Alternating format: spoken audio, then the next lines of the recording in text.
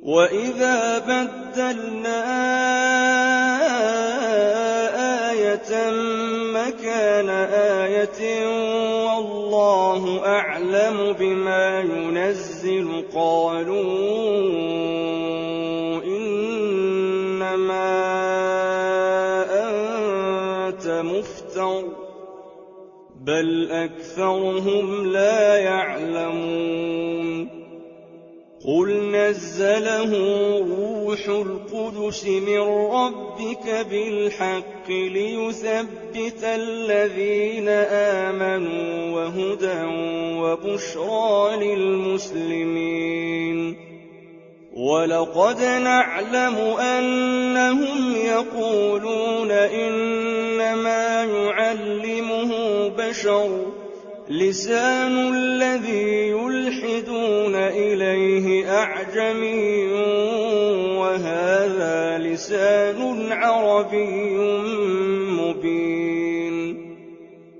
إِنَّ الَّذِينَ لَا يُؤْمِنُونَ بِآيَاتِ اللَّهِ لَا يَهْدِيهِمُ اللَّهُ وَلَهُمْ عَذَابٌ أَلِيمٌ.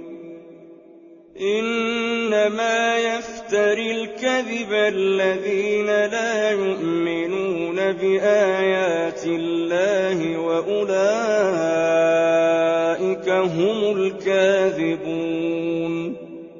مَن كَفَرَ بِاللَّهِ مِن بَعْدِ إِيمَانِهِ إِلَّا مَنْ أُكْرِهَ وَقَلْبُهُ مُطْمَئِنٌّ بِالْإِيمَانِ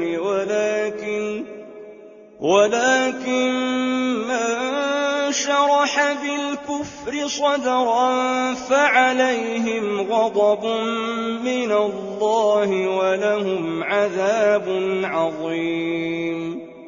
ذَٰلِكَ بِأَنَّهُمُ اسْتَحَبُّوا الْحَيَاةَ الدُّنْيَا عَلَى الْآخِرَةِ وَأَنَّ اللَّهَ لَا يَهْدِي الْقَوْمَ الْكَافِرِينَ. أُولَٰئِكَ الَّذِينَ طَبَعَ اللَّهُ عَلَىٰ قُلُوبِهِمْ وَسَمْعِهِمْ وَأَبْصَارِهِمْ ۖ وَأُولَٰئِكَ هُمُ الْغَافِلُونَ. لَا جَرَمَ أَنَّهُمْ فِي الْآخِرَةِ هُمُ الْخَاسِرُونَ. ثُمَّ إِنَّ رَبَّكَ لِلَّذِينَ هَاجَرُوا مِن بَعْدِ مَا فُتِنُوا ثُمَّ جَاهَدُوا وَصَبَرُوا إِنَّ رَبَّكَ مِن بَعْدِهَا لَغَفُورٌ رَّحِيمٌ.